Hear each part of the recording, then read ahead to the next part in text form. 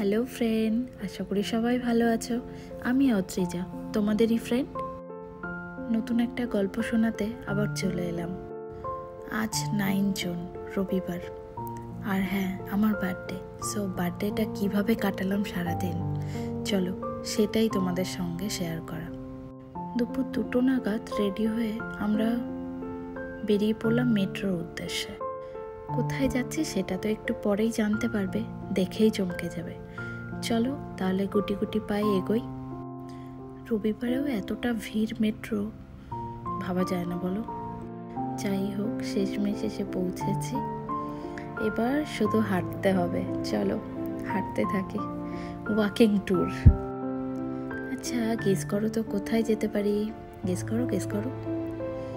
দেখো সাইডগুলো, দেখলে হয়তো চিনতে পারবে। চলো বলেই দিই, আজ আমরা যাচ্ছি Dubai mall and Burj Khalifa.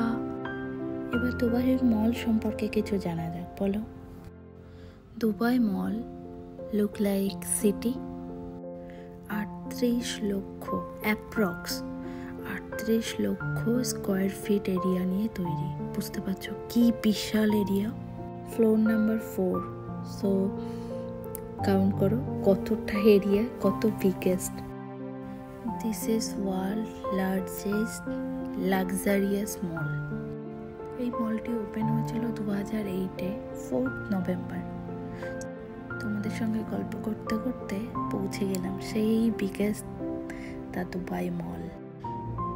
এর ডিসক্রাইব শুরু করলে আজ তো ফিনিশই হবে না, প্লাস ভিডিও মেক করলেও একটা মুভিতেও কমপ্লিট হবে না, এত বিগেস্ট।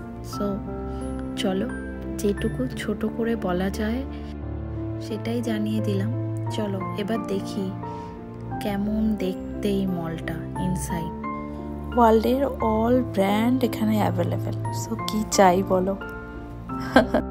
আমার সঙ্গে তো এমনও হয়, এমন ব্র্যান্ড আমি নামই শুনিনি। আমার মাংকিটা দেখো জাম্প করছে। মলের নাম শুনলে খুশিতে পাগল হয়ে যায়, খুব ভালো লাগে ওর মলে যেতে। চাইছিলাম এন্ট্রান্সের সাউন্ডটা তোমাদের শোনাতে, বাট পারছি না, কারণ কপিরাইটের যা সমস্যা জানোই তো। প্রত্যেক শপে তোমাকে ডাকবে, প্রায় হাত ধরে টেনে টেনে নিয়ে যাবে। আমি তো অশোকের পেছনে পেছনে থাকি। যেতে যেতে এই শপটা দেখলাম, দেখেই থেমে গেলাম যে শপটা এত কালারফুল আর এত সুন্দর। দেখো আমার ছেলে ঢুকেই গেছে ভেতরে। ওর চাই ছোট ছোট জিনিস, তো ওর এগুলো খুব ভালো লাগে। টেনে আনছে ওর পাপা। ওর রেনবো কালার খুব ফেভারিট, আর এখানে সব কিছু দেখো mix up rainbow colour. So okay টেনে আনা মুশকিল। আমারই এমন হচ্ছে যে কোনটা ছেড়ে কোনটা নেব, আর ও তো বেবি বলো। সো ও কি করবে। যাই হোক চলো এগিয়ে যাই। এই দেখো রাগ হয়েছে মহারাজের, কিছু কিনে দেয়নি তাই কথা বলবেন আমাদের সঙ্গে একটু।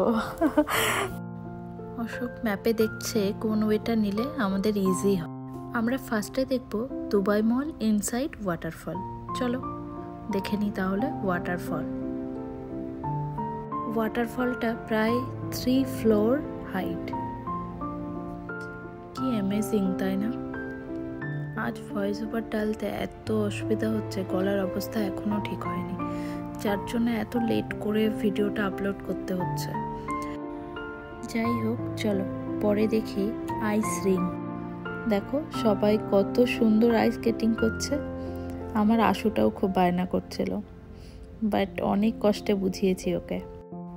অ্যাকচুয়ালি এখানে এন্ট্রি নিতে গেলে 5 ইয়ার নিড, আর আমার আশু তো এখনো 5 হয়নি।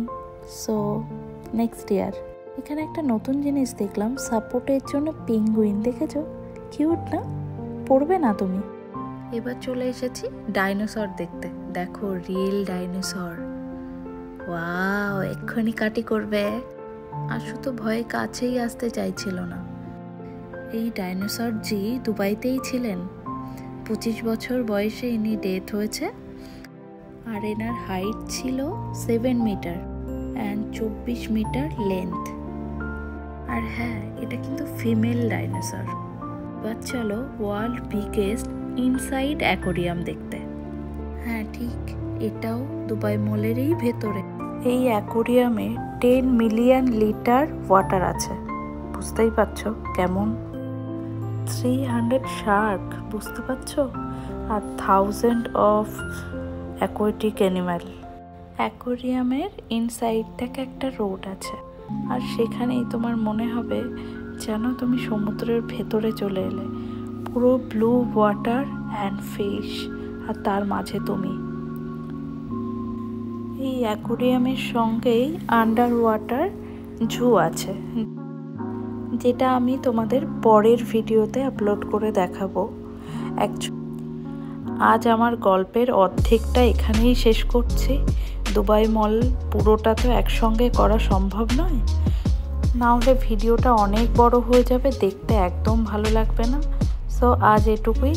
তোমরা সবাই ভালো থেকো, খুব আনন্দে থাকো, তোমরা সবাই খুব হ্যাপি থেকো, আর কাছের মানুষকেও হ্যাপি রেখো। Thank you for watching. Love you my all friend.